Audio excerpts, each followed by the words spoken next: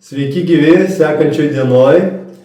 Taip, šiandieną tema, ką daryti toliau, ar tęsti, ir kaip visada su mumis Dovydas Lukša, Maistas yra vaistas įkūrėjas ir edukacinis dievų maisto partneris. Tai prašom, Dovydas. Sveiki visi, tai klausimas sudažas, ką daryti toliau, iššūkis baigėsi.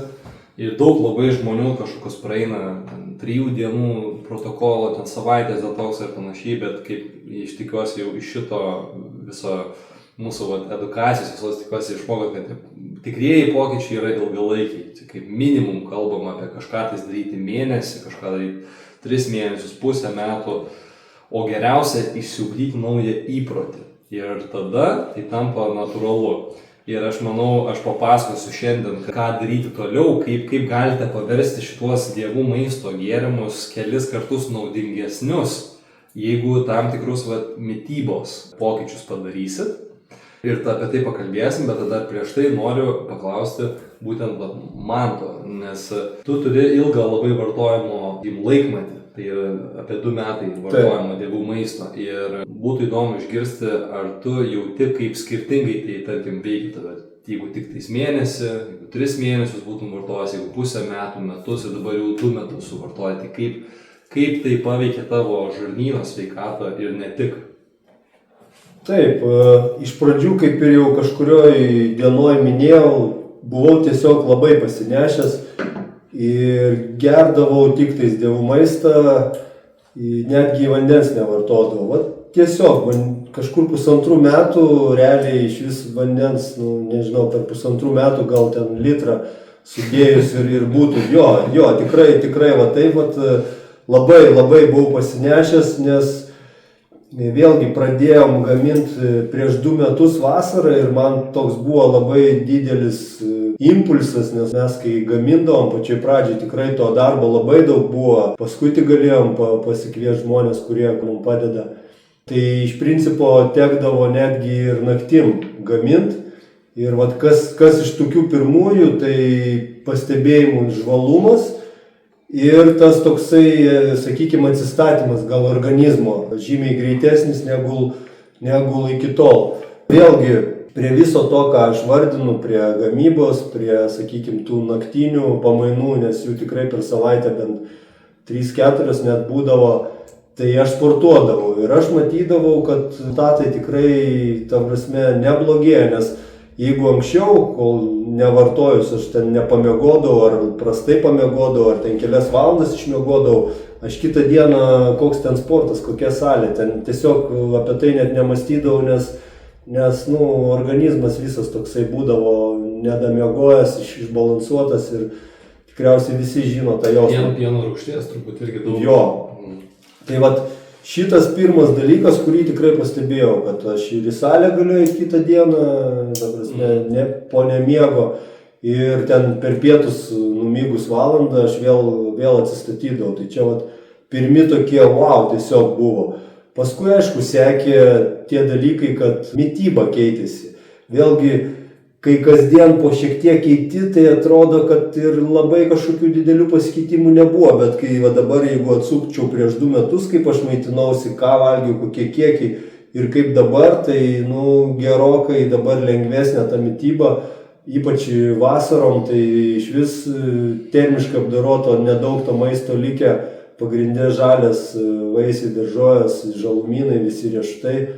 Ir vėlgi aš, kaip sakau, kaip sportininkas buvęs, pas mane lengviausia viską matuoti sportiniais pasiekimais. Ar, sakykime, ar aš greičiau atbėgu, ar salėje aš daugiau pakeliu, ar galiu padaryti tokias pačias treniruotės.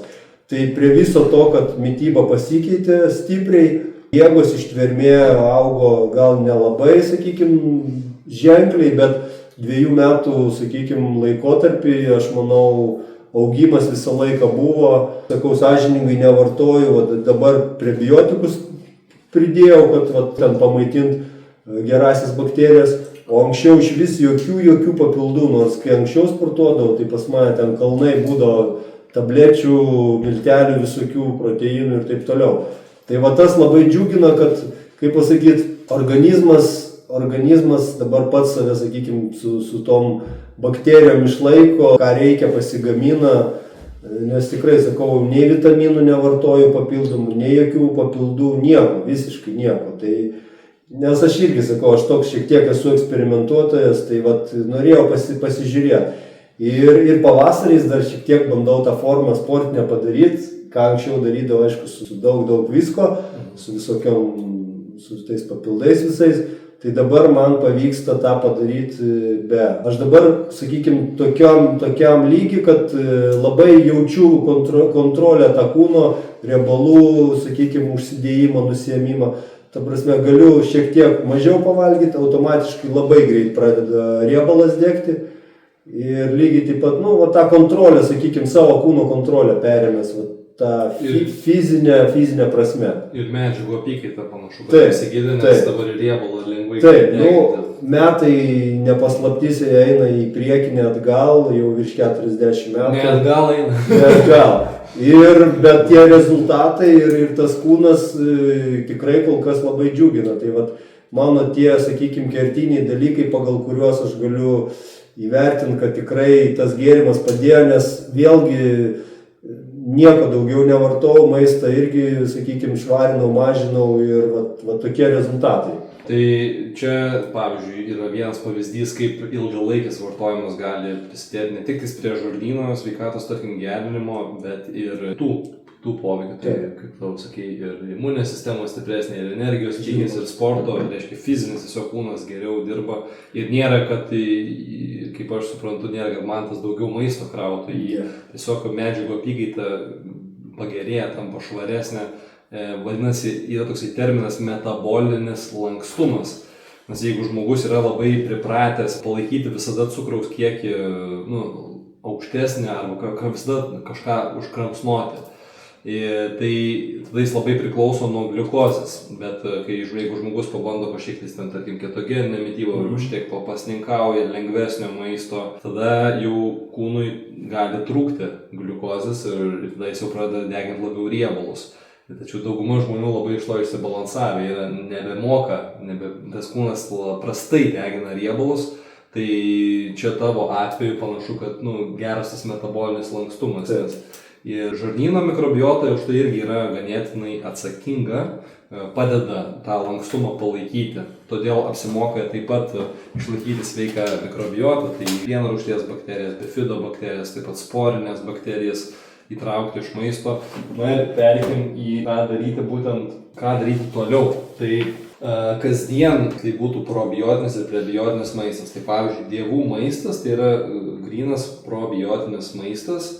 Čia yra ir net ne tik probiotinis, tai yra, aš drįsčiau sakyti, kad tai yra ir simbiotinis maistas, todėl kad tai nėra vien tik tais gerosios bakterijos. Čia iš tikrųjų yra ir kitų medžiagų, ir negi man dabar pavaišino, čia jau matosi tam tikros luobelės, odelės ir tos prebiotinės medžiagos, kurios maitina kaip substratas, kad tos bakterijos maitintųsi ir augtų. Bet vis tiek pagrindas čia labiau yra pačios gyvos bakterijos. Ir šiek tiek, aišku, fermentų ir panašiai. Tai ką daryti toliau? Dažniausiai tos kelios stiklinės savaitę kažkokių drastiškų pokyčių nepadarys. Bet jeigu ten pavartosite 3, 5, 6 mėnesius, tai tikrai jausite tos pokyčius. Tai žinoma, kad siūlome vartoti kasdien dievų maisto tą gėrimą, skirtingus skonius pagal tai, ką jaučiate, pagal tai, ką kūnas šneka. Irgi gerai labai visus tos 5 pojūčius irgi 5 skonius suaktyvuoti, tai yra ir saldu galite, ir kažko aviečių, jeigu kartu, tai gal pelyno pargauti, ten kažko aitrumo, tai va česnakas labai tinka. Jeigu norit biškį užšildyti kažkaip tais kūną, medžiagų apykaitą šiek tiek pastimuliuoti, habanero pipiras labai tinka. Jeigu kažką labai riebiai privalgot, galite ir sunkiau virškina, galite laimų tą pagerti. Ir tada padės tulžiai nutekėti, suvirškinti riebalus, kažkokį sočiau pavalgyti. Tai kiekvieną, kas labai fainai, kad kiekvieną tą skonį galima panaudoti kaip maistą vaistą, nes skirtingas produktas, skirtingus vaisius, daržovę, žolelę, skirtingas funkcijas turi, skirtingas medžiagas ir galima taip susipažinti ne tik su maistu, bet ir su savo kūnu. Ir esminiai, kaip ir parašiau, organizmo pokyčiai vyksta per laiką, todėl mums reikia lipti tais laipteliais. Jeigu mes tik čia vieną pastatysim ir vėl mesim viską, tada to nebus, bet jeigu jūs tęsite kelis mėnesius, tiesiog tas pamatas bus stipresnis ir tas susikaupia į tvirtus rezultatus, į tvirtą mikrobiotą ir panašiai. Taip pat sudirgintas žarnyno epitelis, jeigu jūs turėjote žarnyno pralaidumą ar panašiai, mikrobiota jį po truputį tvarko ir atsiranda to resurso, kad tie gaureliai sugytų. Tai yra irgi procesas reikalaujantis laiko. Ir būtent koks tada tas, tarkim, jeigu papildomai prie dievų maisto vartojimo, jūs galite įtraukti, nes buvo viena iš tų temų, kaip pagreitinti, kaip sustiprinti tą efektą. Tai aišku, kad yra ir kitų įpročių įtraukimas, tai jeigu jūs įtrauksite probiotinio dar pačio maisto ir dar prebiotinio maisto kartu, tai jūs visas tas procesas pagreitės savijautos. Tai probiotinis maistas, kaip matot nuotraukai, tai viskas, iš tikrųjų beveik viskas galima yra rauginama. Lietuviai nuo seno raugindavo grybus, raugindavo žoles visokias ir taip toliau. Ir tai gali būti ir daržovės visos, praktiškai ridikėliai, agurkai, kopūstai, česnakai, burokai ir taip toliau. Ir tuo pačiu šitas visas daržovės ir netgi vaisius, ką aš išvardinsiu, beje, dievų maistas ir raugina. Tai tą, galim sakyti, paslaugą atlieka už jūs, kad nereikėtų ten mučytis labai daug. Tai yra labai funkcinis palengvinimas žmonėms, kurie skuba, lekia, dirba, šeimas augina ir panašiai. Tai mes turime netgi kažkokios žolelės, gali būti kartu ten garšvos, ar gali būti raugintos, ar ten kiaulpienių šaknis, ar dar kažkas ir skirtingi tiesiog lapai, žolelės ir panašiai. Taip pat tada gali būti vaisiai rauginti, galima ir obuolius, ir kriaušes, ir slyvas parauginti. Ir čia jau ir prasideda tokia, tiesiog reikia tos gyvybės, reikia gyvų bakterijų, kad tas procesas vyktų. Tai jeigu produktas yra iš gamtos, tas procesas žymiai lengviau pasiekiamas. Bet pagrindinis probiotinis maistas vis tiek nuo lietuvio meniu tai yra, pavyzdžiui, rauginti kopūstai, rauginti agurkai, rauginti burokėliai. Ir jau kasdien suvalgydami po šaukštą, po dubenėlį tokio maisto, jūs praturtinsite, pagreitinsite tą procesą. Jeigu jūs gerite dievų maistą ir dar per dieną suvalgote ten saują raugintų kopūstų, dubenėlį raugintų burokėlių, gal ten vakarienį su kažkuo ir kažką dar, tai jūs jau, tas tiesiog efektas jisai stambėja. O prebiotinis maistas, taip pat, štai turim nuotrauką, prebiotinis maistas, jisai neturi gyvų bakterijų, jis neprivalo jų turėti, jisai tiesiog turi tam tikras medžiagas, tai gali būti kažkokie polifenoliai, tai gali būti tam tikros odelės, lobelės, kurios veikia kaip substratas, kad toms gyvoms bakterijoms, kurios yra žarnyne, kad jos turėtų to resurso. Kai mes valgom, mes turim pagalvoti, ar tas maistas dar pamaitins ir gerąsias bakterijas, nes jeigu žmogus suvalgo ten, tarkim, sakykime, tiesiog baltas batonas, koks ten sviestas ir ten gal, aš nežinau, kaip lietuviai dažnai daro šlapenkę, kokia agurkas, gal ten geras, kokiu atveju pomidoras, ten plastikinis ar kažkas. Ir gaunasi, kad tas maistas jis toks labai, net gali kiti į tualetą neįti, būna ilgai neįna, nes nėra ten to tokio, kad labai išstimuliuotų tą peristaltiką, kad labai daug, sakykime, nėra to kūro, nėra to žaliavos bakterijoms. Tai kai mes valgom, mes turim pagalvoti, ar čia yra to resurso bakterijoms, o tai yra prebiotinis maistas. Visokios grūdinės kultūros, jų lobelės, jų sėlenos ir panašiai, tai labai, pavyzdžiui, gerai veikia ir avižos, ir grikiai, ir bolivinė balanda. Taip pat tai yra kai kurie ankštiniai, kai kurie taip pat riešutai, sėklos iš riešutų labai stipriai veikia būtent ekologiški migdolai su ta odele. Pistacijos labai yra stiprus prebiotikas. Kiviai irgi geriausia ekologiškai ta odelė. Taip pat moksliniais tyrimais buvo tvirtinta, kad labai efektyviai veikia atstatyti žarnyno mikrobiotą po kažkokių, tarkim, antibiotikų ar panašiai. Galima vartoti kivius su odele ir tas padeda, maitina. Ta odelė žmogus, kai valgo, jisai tą saldumą, to saldumo džiaugiasi, bet didysis poveikis nuo odelės, iš tikrųjų. Tas pats, pavyzdžiui, su kokiu irgi ananaso. Ananasas, tas išorės saldi prinokusi, bet didysis poveikis yra tame kietam centre, kurį daug kas išpjauna, išmeta, bet ten vat, yra fermentai, bromelainas ir kitos reikalingos tokios labai medžiagos.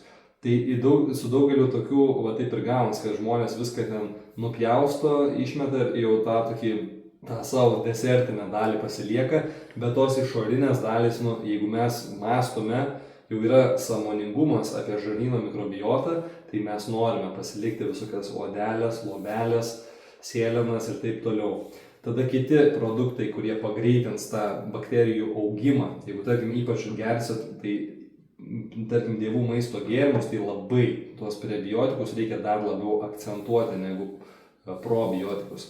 Nes čia yra gyvų bakterijų, į jos pateks, čia tranzitu, kažkas išeis į tualetą, kažkas liks, kas liks tam jau reikia to kuro. Pavyzdžiui, įvairios uogos ir grybai. Tai dabar yra puikus sezonas, vasarą prisikrauti probiotikų, gerųjų bakterijų, per gėrimus, per gyvą maistą gamtoj ir per tą prebiotinę masę, kuri maitina ir leidžia joms geriau kolonizuotis.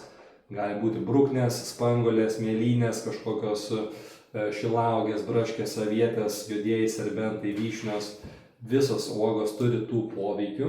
Ir tada gali būti grybai tam tikri, tai kai tik išeis į sezoną ir iškart pradėkit valgyti, jie turi taip pat beta-gliukanų, kurie maitina tas gerąsias bakterijas.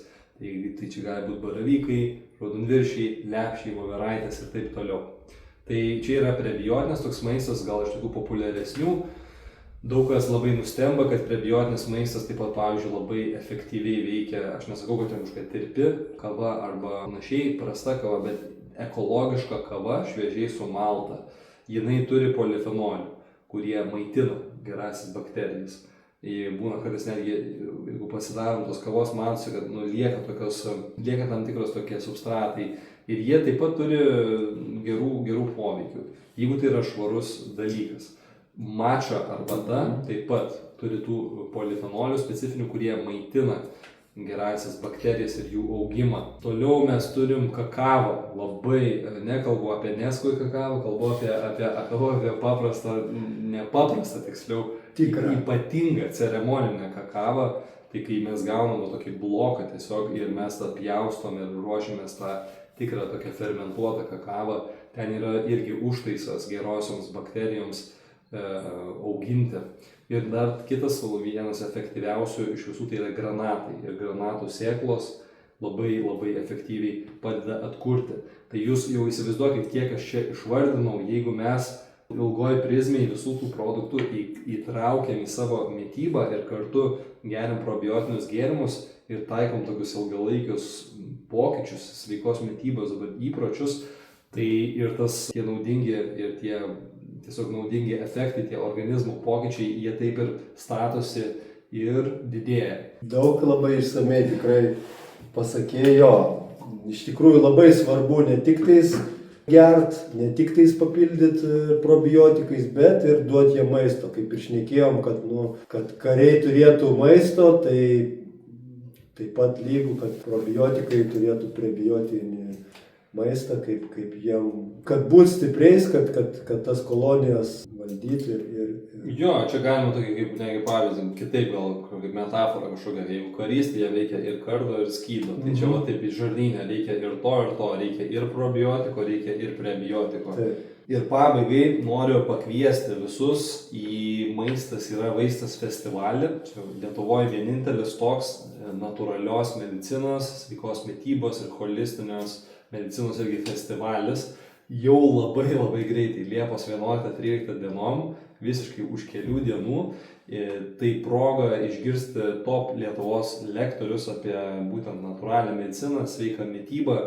Ir taip pat susitikti su daug amatininkų, Dievų maisto komanda bus vieni iš jų, galėsite sutikti tiesiog Dievų maisto visą tiesiog seriją, visą tą virš 30 skirtingų gėrimų paragauti, o taip pat susipažinti su komanda, kuri tai kūrė. Ir dar daug visko, visas sąrašas paskaitų yra Čia yra Facebook'o eventas, galite va taip ir parašyti, Facebook'e rasit. Taip pat svetainį tiesiog yra maistas yra vaistas.lt, bus festivalis 2025, visas paskaitų sąrašas, lektoriai ir dar daug magijos, ką tik tais gyvai galite patirti. Tai labai kviečiu susitikti su mumis visais gyvai ir ačiū, kad klausotės šitos medžiagos per iššūkį. Tai tiek. Iki. Iki.